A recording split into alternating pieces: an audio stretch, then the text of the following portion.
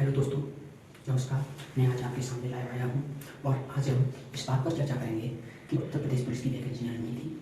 उनका 17 और 18 फरवरी को 4 शिफ्टों में एग्जाम हुआ और पेपर लीक होने की वजह से एग्जाम को निरस्त करना पड़ा। साथ ही हमारे सीएम योगी आदित्यनाथ जी ने यह भी निर्णय लिया कि एग्जाम को दोबारा 6 महीने के भीतर सबसे कराए जाए।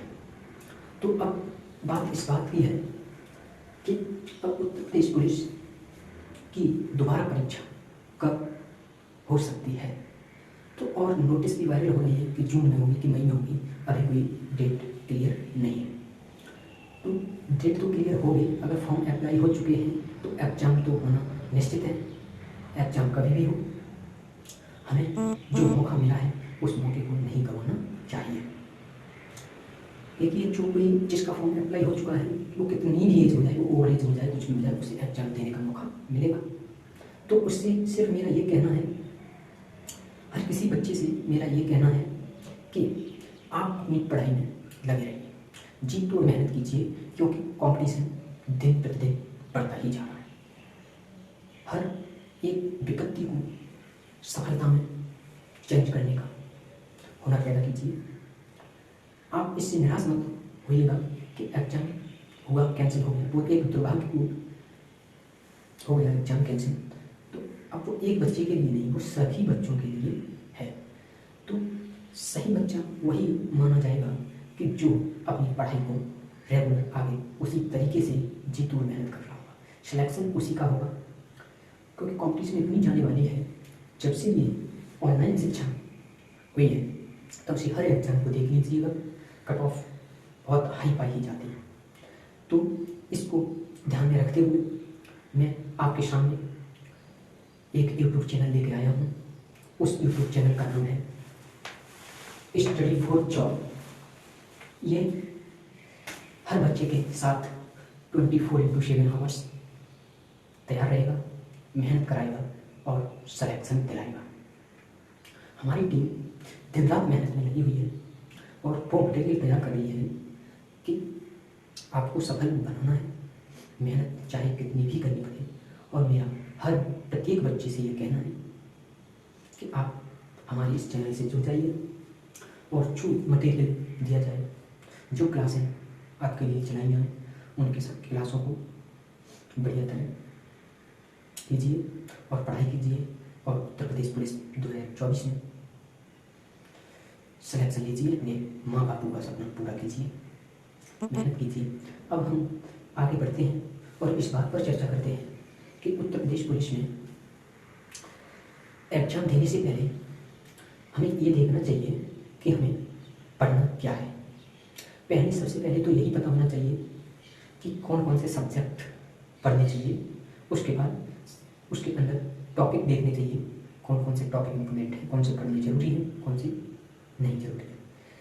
तो उत्तर प्रदेश पुलिस में पिछले वर्षों के पेपरों को ध्यान में रखते हुए हम आपको विधिवत लाइव क्लास, पीडीएफ नोट्स, साथ ही साथ लाइव टेस्ट, हर संडे को आपका लाइव टेस्ट होगा। हालांकि आप रिकॉर्डेड टेस्ट भी मान सकते हैं, आप लाइव टेस्ट नहीं दे पा रहे हो तो बाद में भी दे सकते हो। इससे आपका साथ ही साथ आंकलन होता रहेगा कि आपको कितनी मेहनत की ज़रूरत है, आपने कितनी पढ़ाई की और कितनी और करनी है। तो चलते हैं हम उत्तर प्रदेश पुलिस का सिलेबस डिस्कस करते हैं। आपका उत्तर प्रदेश पुलिस का सिलेबस है, आपके 4 सब्जेक्ट पूछे जाते हैं। उत्तर प्रदेश पुलिस में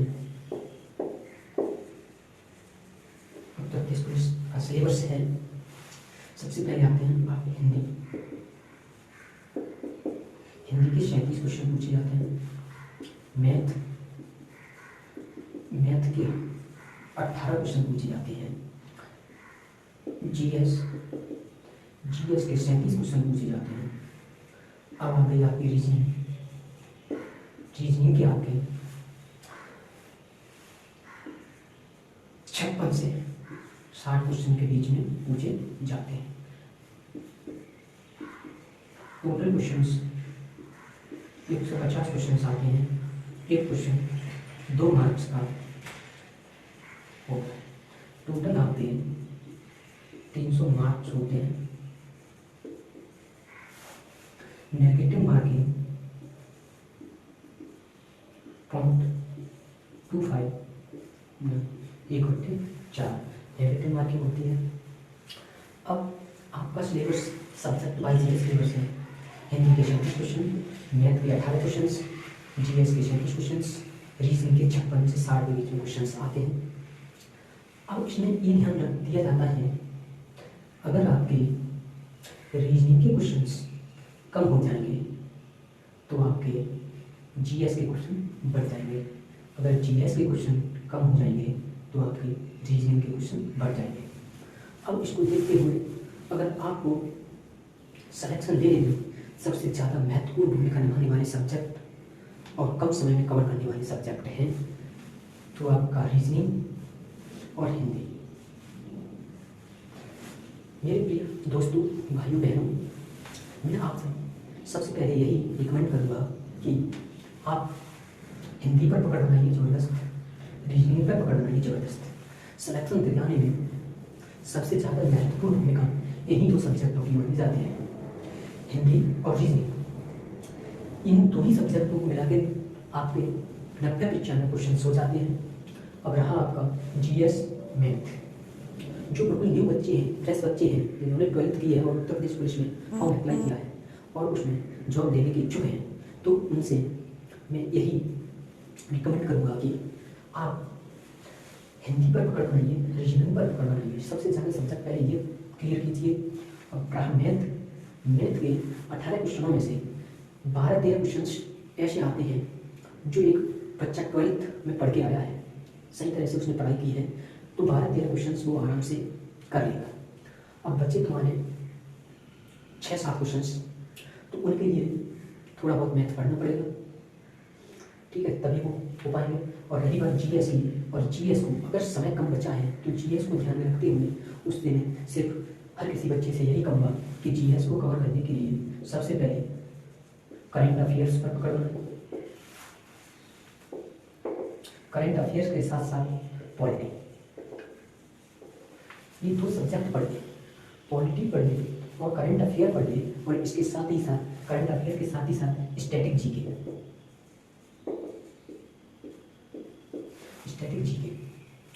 तो आपका सिलेक्शन 100% होगा। अब हम इस बात पर आते हैं कि एग्जाम देने से पहले हमें खुद को मन से मजबूत करना होगा, अपने अंदर से मजबूत करना होगा कि एक बच्चा वो होता है जो यहाँ पर अपने घर पर प्रैक्टिस सेट में 120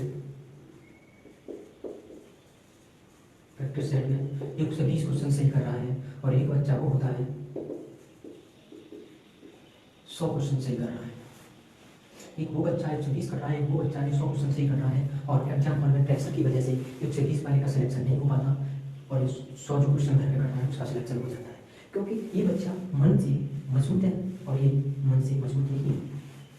तो हमें सबसे पहले एग्जाम हॉल में जाने से पहले अपने मन को मजबूत करना चाहिए कि जो आएगा वो 100% करेंगे, सही करेंगे, और जो नहीं आएगा वो नहीं करेंगे। अब रही बात इसकी कि एग्जाम में अब हमें ये बात सोचनी चाहिए। देखिए, मैं अब इस बात पर चर्चा करूँगा कि कौन बच्चा मन से मजबूत हो सकता है, कौन मन से मजबूत नहीं हो सकता। देखिए, एग्जाम जैसे किसी एग्जाम, अब उत्तर प्रदेश पुलिस में 150 क्वेश्चन आएंगे, तो एग्जामिनर 100 क्वेश्चन ऐसे रखेगा कि अगर नॉर्मल बच्चा है वो हर एक बच्चा 100 क्वेश्चन कर लेगा, और 30 क्वेश्चन को ऐसे रखेगा कि थोड़ा ठीक ठाक पढ़ा हुआ बच्चा होगा वो ये क्वेश्चन कर पाएगा, और 20 क्वेश्चन ऐसे रखेगा ज़्यादा से ज़्यादा टफ कि इसे करना बहुत ऐसा नहीं है कि ये क्वेश्चन नहीं होंगे, हो जाएंगे, टाइम टेकन होंगे और टाइम लेने वाले क्वेश्चन होंगे ये, और हर कोई बच्चा नहीं कर पाएगा। तो आपको ये चीज़ नहीं देखनी है कि हमारे 150 क्वेश्चन करने हैं, हमारा सिलेक्शन तो 110 क्वेश्चन पर हो रहा है, हमारा सिलेक्शन 110 क्वेश्चन पर सिलेक्शन हो रहा है। हम अगर हम 110 क्वेश्चन करते हैं तो हमारा सिलेक्शन हो जाएगा। तो हमको ये एग्जाम हॉल में जाने से पहले ये सोचना चाहिए कि हमें 150 क्वेश्चन नहीं करने, हमें ओनली सिलेक्शन लेना है। तो हमें 150 क्वेश्चन नहीं करने, हमें सिर्फ 110 क्वेश्चन से करने हैं, हमारा सिलेक्शन हो जाए। और इसके लिए आप इसमें से इस पेपर को 3 अटेम्प्ट में पूरा कीजिए। पहले हमें वो क्वेश्चंस करने हैं जो देखते ही आप टिक कर रहे हो, कर दीजिए। दूसरी बार में आप वो क्वेश्चन कीजिए, थोड़े बहुत टाइम लेकिन थोड़ा बहुत टाइम ले रहे हैं, उन्हें कीजिए। फिर उनके बाद में क्वेश्चन पर जाइए, तो आपका पेपर मुझे उम्मीद है कि 100% सही जाएगा। जो इस स्ट्रेटजी को अपना के एग्जाम हॉल में एग्जाम अटेंड करेगा, उसका सिलेक्शन 100% होगा, ये मेरा मानना है। तो चलिए, आज हम यही आपके सामने डिस्कस करने आए थे। तो आप हमारे साथ जुड़ जाइए। Study for job YouTube channel है आपका, इसके साथ जुड़ जाइए। ये आपको 24/7 आवर्स उत्तर प्रदेश पुलिस के लिए पढ़ाई कराएगा और आपको सिलेक्शन दिलाएगा। इसलिए अब हम आगे फिर सब्जेक्ट वाइज हर सब्जेक्ट की पर डे एक क्लास लाएंगे। हर सब्जेक्ट की एक क्लास रीजनिंग की, एक क्लास जीएस की, एक क्लास मैथ की, एक क्लास हिंदी की। डेली आपकी 4 क्लास होगी और हर संडे को आपके लिए एक प्रैक्टिस सेट तैयार किया जाएगा। वो हर कोई बच्चा लगाने की कोशिश करे और अपने आप को जांचने की कोशिश करे, और रेगुलर हम पढ़ाई करेंगे, मेहनत करेंगे और उत्तर प्रदेश पुलिस में सिलेक्शन लेंगे। ये हमारा लक्ष्य है और हमें हर बच्चे के साथ कंधे से कंधा मिला के खड़े रहना है। हमारा YouTube channel study for job 24/7 hours आपके साथ है। तो चलिए आगे बढ़ते हैं। यही जानकारी मैं आपके साथ लेके आया था। जय हिंद, जय भारत।